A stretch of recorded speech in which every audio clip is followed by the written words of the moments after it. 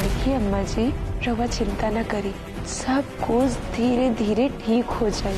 जैसे ही पीहू के पापा बाहर आए, पीहू के अपने गोद में उठा के खिलाएम खियाएम, बहुत ढेर सारा प्यार करम। मान करी भौजी सब रउआ दिमाग में ई जवन पीहू के पापा खातिर फिल्मी ख्याल चल रहल बानू, एकरा के इजे दबा दी। काहे को जेकरा के अपन बेटी माने लेनू, अपना नई पत्नी के संग हमको लेके घूमे चल गईले। रवा आरती दीदी और पीहू के अपन गला के माला बना के बांध के रख।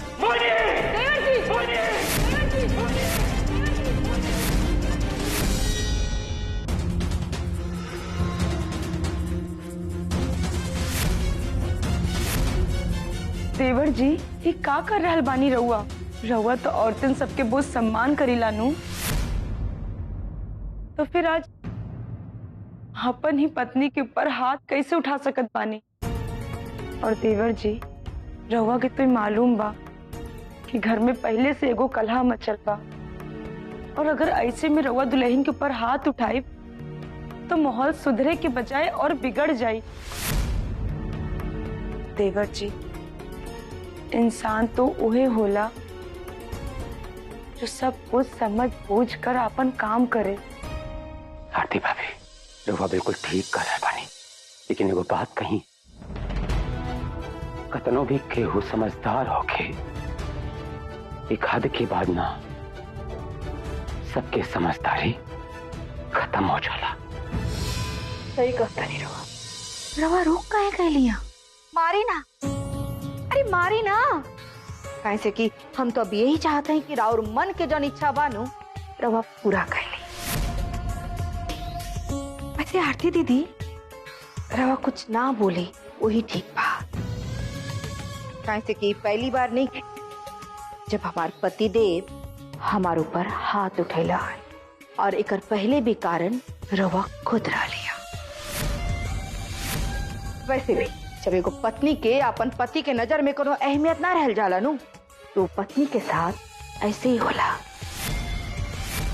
पर हमके पता बा कि अब राउर नजर में हमार कोनो अहमियत नहीं के।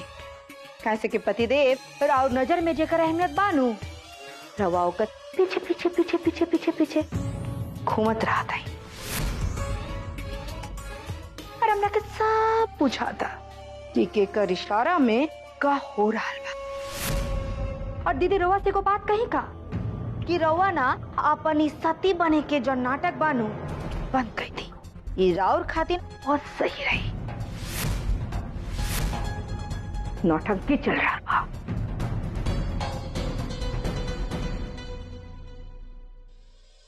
देवर जी, दुल्हन एकदम ठीक कहत बाड़ी। रउआ उनके ऊपर ध्यान दी।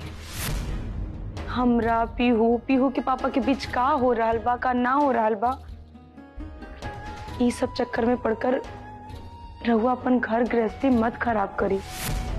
देवर जी, कौनो भी औरत ई ना चाहेली कि ओकर पति दूसरा के पीछे पड़कर अपन घर गृहस्थी खराब करे। काहे से कि एगो औरत खातिर ओकर पति ही सब कुछ होला, और जब ओकर पति ही अपन पत्नी के बात पे ध्यान ना दी तो ओकर अपन जीवन बेकार लागे लगेला। रउआ खाली दुल्हन पर ध्यान दी, और राउर जीवन में पहले उनकर अहमियत होके के चाहिए, और यही में राउर और दुल्हन के भलाई बा। रउआ हमरा के पीहू के किस्मत पे छोड़ दी। कैसे हमने की किस्मत है, जौन कुछ भी लिखल बा ओकरा के केहू न टाल सकत बा। आरती भाभी, हमरा पता बा कि हम हाथ उठा के ठीक नहीं की करत, लेकिन रहुआ ही बताएं, जवन इंसान कोर्ट में न्याय और अन्याय के लड़ाई में न्याय के जीत दिलावे खातिर सब कुछ एक कर देवेला, वह इंसान अपना घर में रहुआ के ऊपर अन्याय होखत ऐसे ही चुपचाप देखत रहे।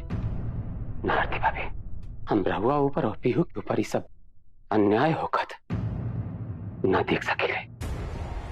हम रहुआ के और पीहू के न्याय दिला के ही रहा, चाहे एकरा खातिर हमके कुछ करे के पड़े। हम अपन फर्ज से पीछे ना हटब, पीछे ना हटब, पीछे कबो ना हटब, कबो ना हटब।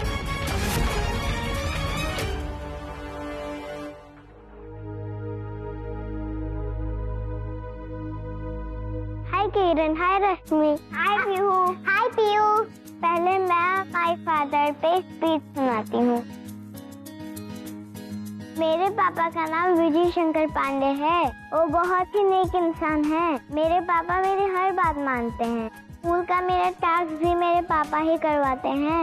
मैं अपने पापा से जो कहती हूँ वो करते हैं। वो मुझे बाहर घुमाने के लिए भी ले जाते हैं।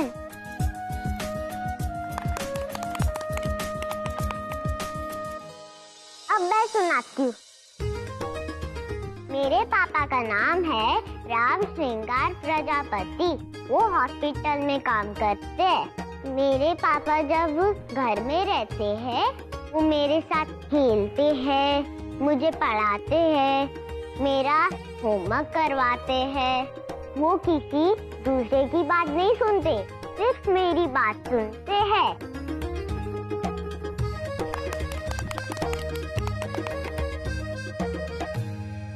तुम अपने पापा पर स्पीच सुनाओ।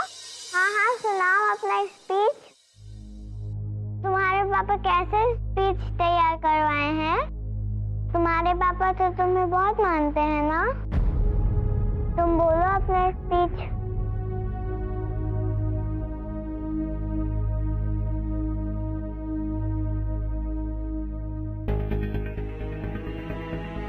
मेरे पापा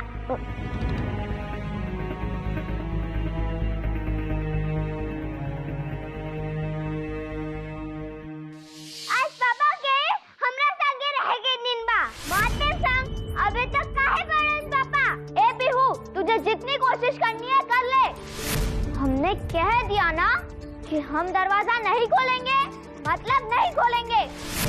अमर सिर्फ और सिर्फ हमारे पास रहेंगे। अमर नहीं जाएगा तो नहीं जाएगा। पीहू बोलो ना, तुम्हारे पापा क्या स्पीच तैयार करवाए हैं? पापा। अरे पीहू, कहाँ हो गई? इतना उदास काहे लगा तुम? पापा, हमरा स्कूल से स्पीच याद करे के मिलल बा। अरे तो में घबराए का बात बा? हम बाटी ना, हम याद करवा दे। और ऐसा स्पीच याद करवाए कि तू क्लास में स्पीच में फर्स्ट आ जाए। प्रॉमिस पापा? प्रॉमिस। चलो, कौन चीज पर स्पीच मिलल बा तोरा के बताओ हमरा क्या? माय विलेज। क्या हुआ पीहू? तुम कुछ बोलती क्यों नहीं? तुम्हारी स्पीच तैयार नहीं है क्या?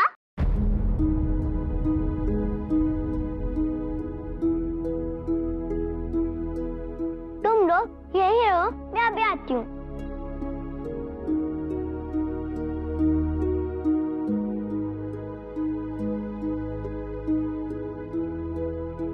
रश्मि, पीहू कब तक आएगी? पता नहीं किरण, उसके चक्कर में अपनी बस भी छूट जाएगी। एक काम करता, हम लोग चलते हैं स्कूल। चलो।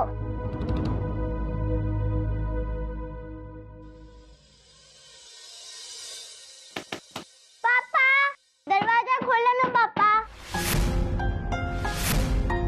तो हम वैसे वादा कर ली है ना, जब भी स्कूल के स्पीच याद करे के होई तो हमरा के याद करवाइयन। करवाइब तब याद करवाबो। आज तक ग्रीन बल्ब भी जल रहल बा पापा। आज हमार दिन बा। आवे रे पापा, याद करवा दो हमरा के स्कूल के स्पीच। पापा खोल दरवाजा। अमर, देखो अब कुछ नहीं हो सकता। स्पीच याद करवाना भूल जाओ अब तुम। अब ना ही तुम अभी इस कमरे के बाहर जा सकते हो और ना ही पीहू इस कमरे के अंदर आ सकती है। इसलिए आज चुपचाप तुम मेरे साथ ये कमरे में रहोगे आज के दिन। आओ ना पापा, काहे नहीं के दरवाजा खोलो? अब बाहर निकला। हम अंदर फसल बानी पीहू। यही से नहीं आ पावत। ठीक बा पापा, ऐसा करो, हम दरवाजे के पास से बानी, तो अंदर से दरवाजे के पास आ जा और हमरा के स्पीच याद करवा दो पापा। आपन बेटी पीहू के बात मानम ना पापा, प्लीज मान जाना पापा, याद करवा देना हमरा स्कूल के स्पीच। देखा माते, हम तोहार बात मनी ना, अब तोहरा के हमार बात माने के चाहिए। पीहू के स्पीच याद करावल बहुत जरूरी बा। कम से कम हमरा के दरवाजा के पास जाके बैठे था, हम उन जगह से याद करा देबो के। ठीक बा, तू बैठा, खुदावरी के बैठे दे।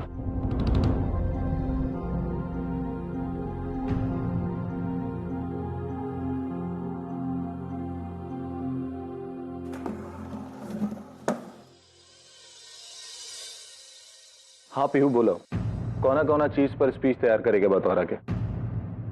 पापा पहला स्पीच बा मेरे पिताजी, माय फादर। ठीक बा, याद करा। मेरे पिताजी दुनिया के सबसे अच्छे पिताजी हैं, वो मुझसे बहुत प्यार करते हैं। मेरे पिताजी मेरा बहुत ख्याल रखते हैं, वो हमेशा मेरे साथ रहते हैं। मैं जो कुछ भी मांगती हूँ वो लाकर मुझको देते हैं। ना पीहू, ऐसे ना, सबसे पहले अपन पापा का नाम बतावा, फिर बतावा कि पापा का करेलन, और फिर बतावा कि पापा का काका खूबी बन, का पसंद बा, का पसंद नहीं खे, तोहरा के पापा का कौन बात अच्छा लागेला, कौन बात बुरा लागेला, ई कुल बताओ। ठीक बा पापा, हम बोल रहे हैं, आप सुनिए। मेरे पापा का नाम श्री अमेंद्र तिवारी है। मेरे पापा घर और बाहर के सभी लोगों का बहुत ध्यान रखते हैं। वो गांव के विकास के लिए बहुत कुछ काम करते हैं। मेरे पापा दादाजी का पूरा बिजनेस संभालते हैं। मेरे पापा बहुत ही प्यारे इंसान हैं। वो मेरा बहुत ख्याल रखते हैं। पापा मुझे अपने हाथों से खाना खिलाते हैं, अपने गोद में सुलाते हैं। जब मुझे नींद नहीं आती, मेरे पापा तो मुझको लोरी सुना के सुलाते हैं। सुबह मुझको जगाकर मेरे पापा मुझे स्कूल जाने के लिए तैयार करवाते हैं। वो मुझे स्कूल बस तक लेकर जाते हैं। मेरे पापा मेरे लिए नए नए कपड़े लाते हैं, खिलौने लाते हैं, मिठाइयाँ लाते हैं, बुक लाते हैं। मेरे पापा मुझे बाहर गाड़ी से घुमाने लेकर जाते हैं, आइसक्रीम खिलाते हैं, झूले में बिठा के झुलाते हैं। वो दुनिया के सबसे प्यारे पापा हैं। आई लव यू पापा।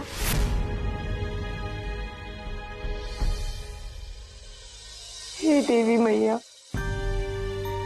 हमार जवन परीक्षा लेवे के बाद ले ही रहुआ, लेकिन हमारी छोट सी बेटी के इस दर्द से छुटकारा दिला दी।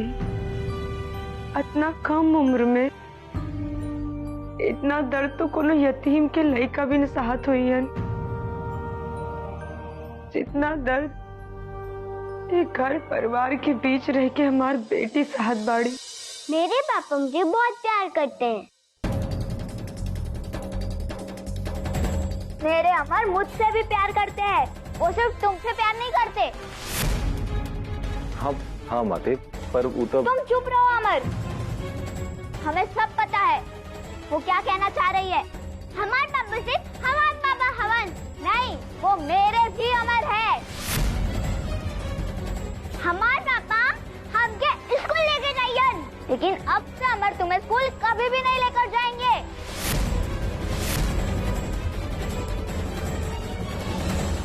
पापा 8 बज गई और हमरा कुछ भी सही साइड याद नहीं किया भाई। याद नहीं हुआ ना, तो वेरी गुड, अच्छा हुआ कि तुम याद नहीं कर पाई। अब जाकर अपने कमरे में रोज जोर जोर से जी भर के रोने से मन हल्का हो जाता है।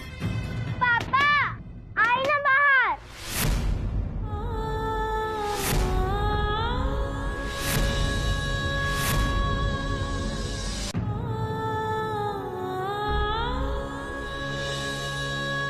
पीहू का भइल बाबू, तू स्कूल काहे ना गइलू? स्कूल बस चल गई।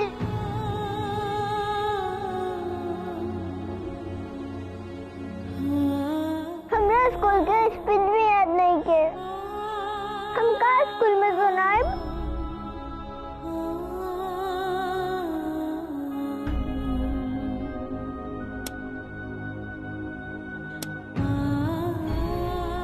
पीहू ये तू का कइलू हा? मम्मी का फायदा ग्रीन बस से रखे? आखिर पापा तो मारने के भागे रही है नु, तो हमरा में बन पड़न। जब पापा हमरा के आए में न गई है, ताई ग्रीन बस जले, ताई रेड बस जले, खाली रेड बस भी चले था। माते के आजू बदलने दो, रेड डे ग्रीन बस जले के कुछ फायदा नहीं के। ना बाबू,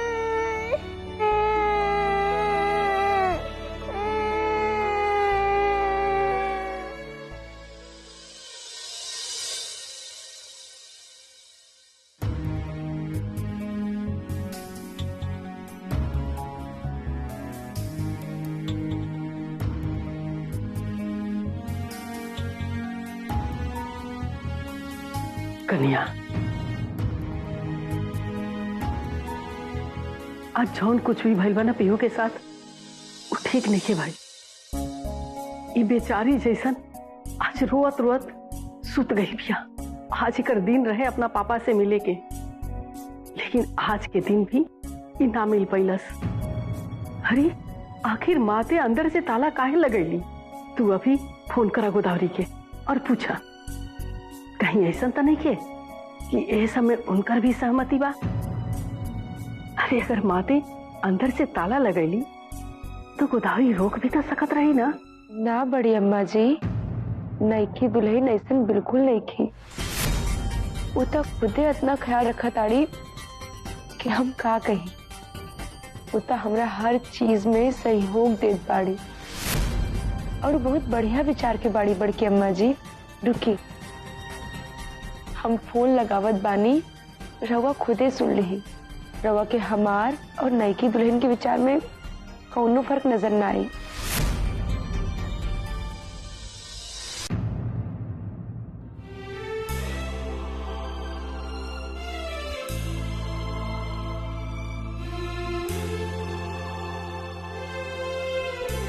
रह द कन्या, हमरा ना तहार सौतन के साथे मीठी मीठी चिकनी चुपड़ी बात नहीं सुने के। अरे हम खूब समझता नहीं, रख द फोन। अरे हमरा तो ई पीहू के चिंता लागल बा कि आज ही अपना पापा खातिर रोहत रोहत सुत गई। अगर एकरा अपना पापा खातिर ऐसने हालत रहल ना तो हमरा डर बा कि कहीं कहीं पागल ना हो जाए।